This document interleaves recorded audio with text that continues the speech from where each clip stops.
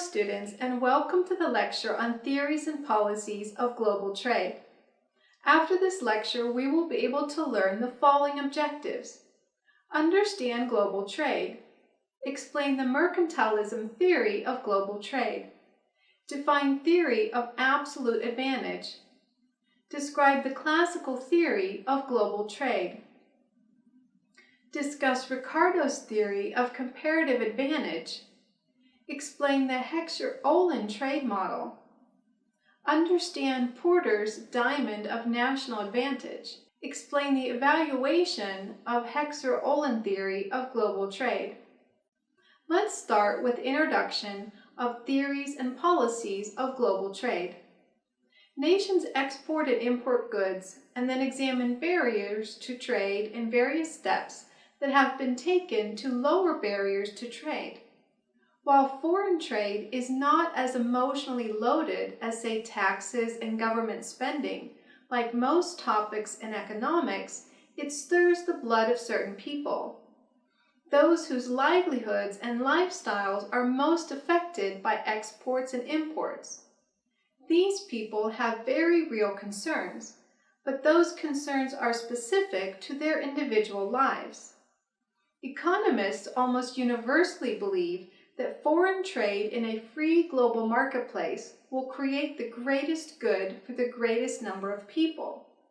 It provides an introduction to the core of global trade theory and policy. Attention is paid to the use and relevance of various economic models in explaining global trade and evaluating global trade policy. Let us now discuss global trade. Global trades between countries and across continents have existed for centuries, including previous civilizations.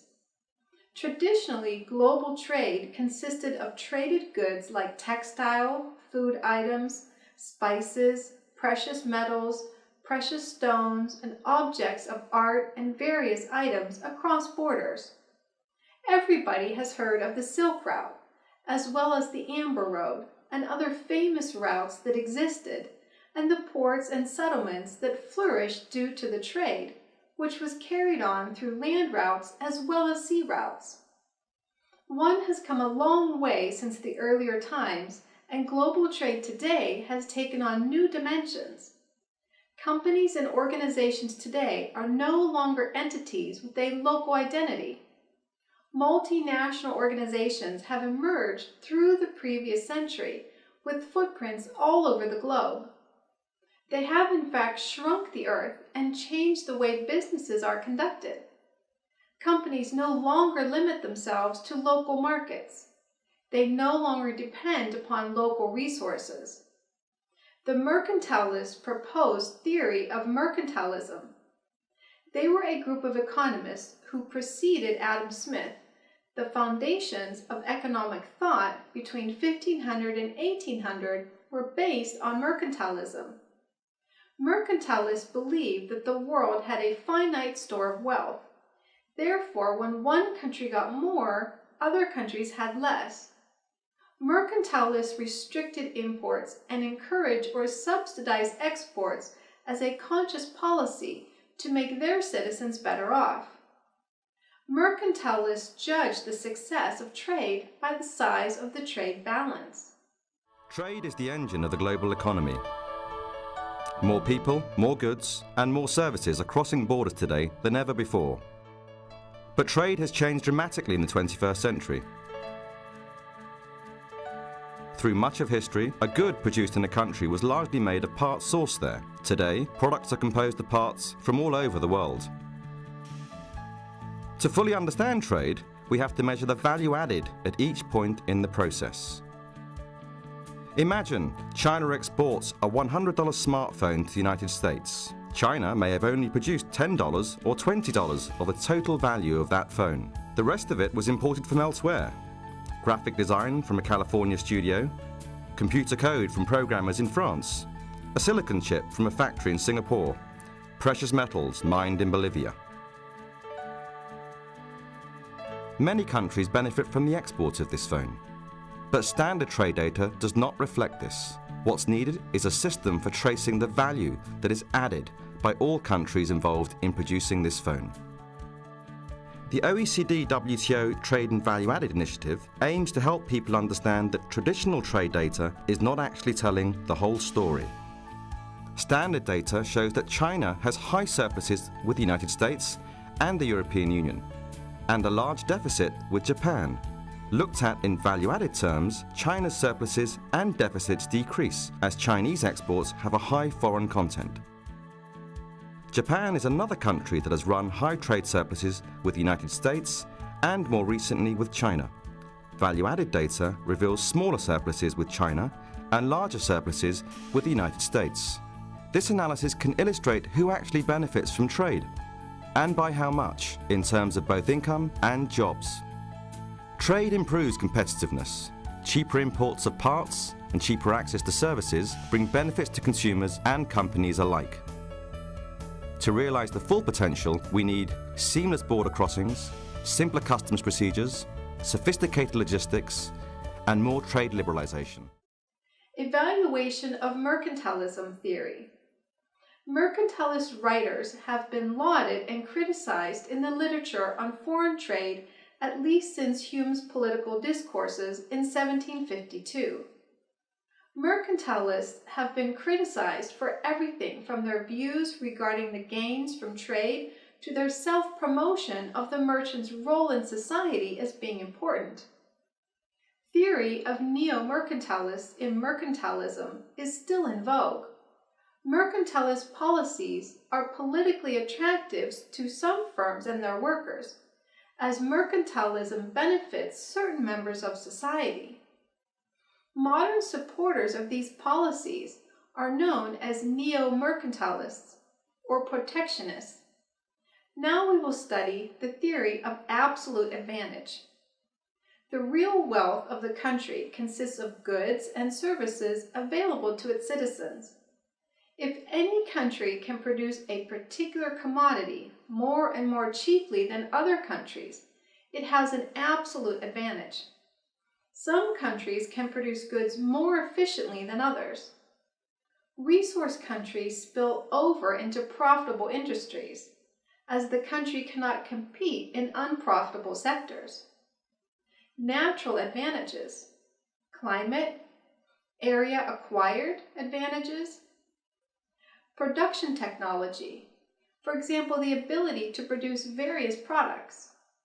A country is said to have an absolute advantage over another country in the production of a good or service if it can produce that good or service using fewer real resources. Equivalently, using the same inputs, the country can produce more output. The concept of absolute advantage can also be applied to other economic entities, such as regions, cities, or firms, but one will focus attention on countries, specifically in relation to their production decisions and international trade flows. Complications and limitations. There are several caveats in the above analysis, some of which are absence of absolute advantage. The example discusses a situation where one country has an absolute advantage in the production of one good and the other country in the production of another good. Absolute advantage, income, and wages. Despite the limitations and complications discussed, absolute advantages, as reflected by differences in technology, are important for explaining current global trade flows and differences between countries in terms of income levels and wage rates. Daniel Treffler systematically analyzes these issues by combining the HECKSCHER-OHLIN model with technology differences, while taking into considerations the empirically observed home country bias, a consumer preference for domestically produced goods over otherwise identical imports. Let's now understand the classical theory of global trade. The classical theory of comparative advantage, also called comparative cost theory, is regarded as the classical theory of global trade. According to the classical theory of global trade, every country will produce their commodities for the production of which it is most suited in terms of its natural endowments, climate quality of soil, means of transport, capital, etc. Types of cost difference in production. Economists speak about two types of cost difference in production. They are absolute cost difference, comparative difference in cost. Absolute cost differences.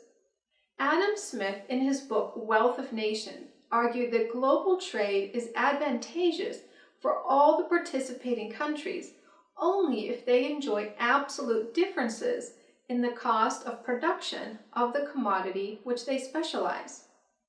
As in the case of individuals, where each specializes in the production of that commodity in which he has an absolute superiority in terms of cost, so also each country specializes in production of goods based on absolute advantage. Comparative difference in cost. David Ricardo agreed that absolute difference in cost gives a clear reason for trade to take place. He, however, goes further to argue that even though the country has absolute advantage in the production of both commodities, it is beneficial for that country to specialize in the production of that commodity, in which it has a greater comparative advantage. Did you know in 1817, David Ricardo, an English political economist, contributed theory of comparative advantage in his book Principles of Political Economy and Taxation? David Ricardo started a theory that, other things being equal, a country tends to specialize in and exports those commodities in the production of which it has maximum comparative cost advantage or minimum comparative disadvantage. Similarly, the country's imports will be of goods having relatively less comparative cost advantage or greater disadvantage. Ricardo's assumptions. Ricardo explains his theory with the help of the following assumptions. There are two countries and two commodities. There is a perfect competition both in commodity and factor market. Cost of production is expressed in terms of labor. For example, value of a commodity is measured in terms of labor hours per days required to produce it. Commodities are also exchanged on the basis of labor content of each good. Labor is the only factor of production other than natural resources. The HECKSCHER-OHLIN model was first conceived by two Swedish economists, Eli Heckscher and Bertil Ohlin. Rudimentary concepts were further developed and added later by Paul Samuelson and Ronald Jones, among others.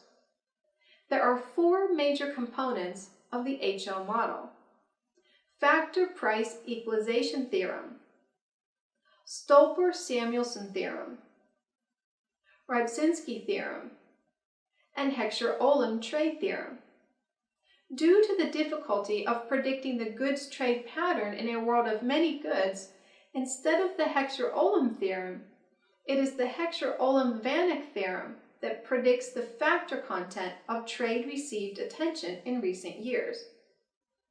Classical theories of global trade propose that comparative advantage resides in the factor endowments that a country may be fortunate enough to inherit.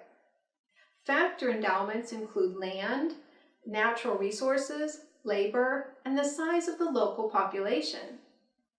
Michael E. Porter argued that a nation can create new advanced factor endowments such as skilled labor, a strong technology and knowledge base, government support, and culture. Porter used a diamond-shaped diagram as the basis of a framework to illustrate the determinants of national advantage. This diamond represents the national playing field that countries establish for their industries. Porter's diamond of national advantage chart. The individual points on the diamond and the diamond as a whole affect four ingredients that lead to a national comparative advantage. These ingredients are the ability of resources and skills, the information that firms use to decide which opportunities to pursue with those resources and skills, the goals of individuals and companies, the pressure on companies to innovate and invest, factor conditions. A country creates its own important factors, such as skilled resources and technological base. The stock of factors at a given time is less important than the extent that they are upgraded and deployed. A significant difference between the classical and the modern approach is that the former consisted primarily of propositions about the relative prices of goods. The latter offers a series of propositions about the relative prices of factors. It also appears that the classical theory was an attempt at establishing the welfare propositions of trade theory.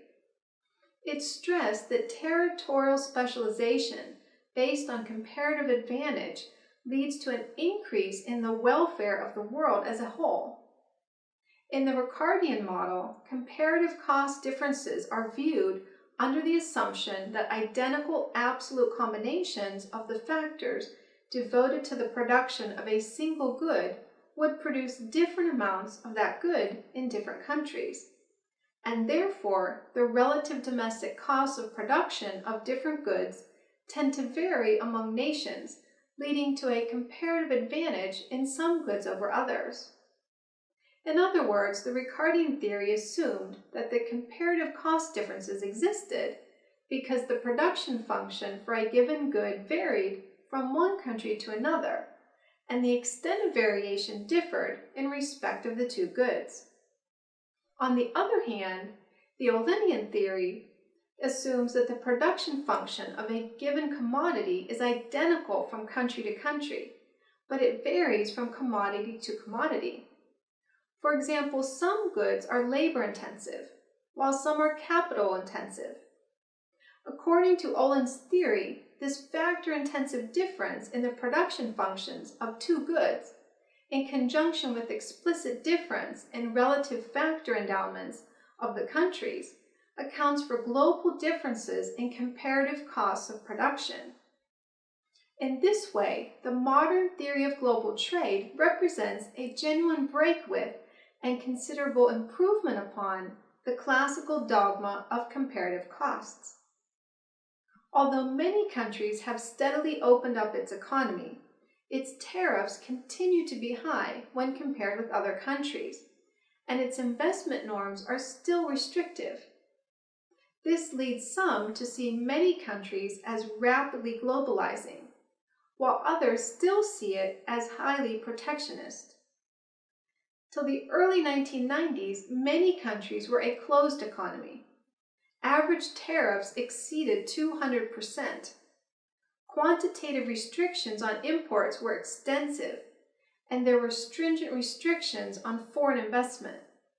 The countries began to cautiously reform in the 1990s, liberalizing only under conditions of extreme necessity.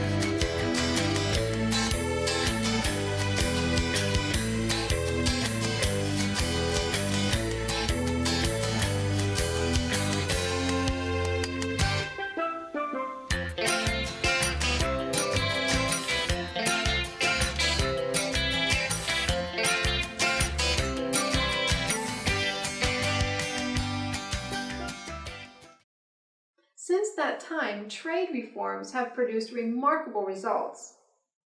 Countries' trade to GDP ratio has increased from 15 to 355 of GDP between 1990 and 2005, and the economy is now among the fastest growing in the world. Average non-agricultural tariffs have fallen below 15%. Quantitative restrictions on imports have been eliminated, and foreign investment norms have been relaxed for a number of sectors. Many countries, however, retain their right to protect when the need arises.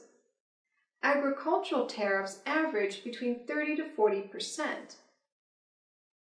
Anti-dumping measures have been liberally used to protect trade, and the country is among the few in the world that continue to ban foreign investment in retail trade.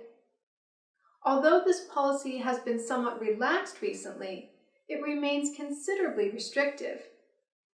Regional and bilateral trade agreements. Many countries have recently signed trade agreements with its neighbors and are seeking new ones with the East Asian countries and the United States. Its regional and bilateral trade agreements, or variants of them, are at different stages of development. India-Sri Lanka Free Trade Agreement. Trade agreements with Bangladesh, Bhutan, Sri Lanka, Maldives, China, and South Korea. World Bank involvement. As a number of research institutions in the country provide the government with good, just-in-time, and low-cost analytical advice on trade-related issues, the World Bank has focused on providing analysis on specialized subjects at the government's request. In the last 3 years, the bank has been working with the Ministry of Commerce in a participatory manner to help the country develop an informed strategy for domestic reform and global negotiations. Given the sensitivity of trade policy and negotiation issues, the bank's role has been confined to providing better information and analysis than was previously available to any country's policymakers. Now in the end, let us summarize what we have learned in this lecture. Global trades between countries and across continents have existed for centuries, including previous civilizations. Technology in terms of communication, as well as software technology, has changed the way business organizations manage activities, be it manufacturing, procurement, finance, or sales. Managing global trade has multidimensional aspects which need to be considered by each country. In reality, goods are produced using several factors of production simultaneously, such as capital, land, and various types of labor. Classical theories of global trade propose that comparative advantage resides in the factor endowments that a country may be fortunate enough to inherit.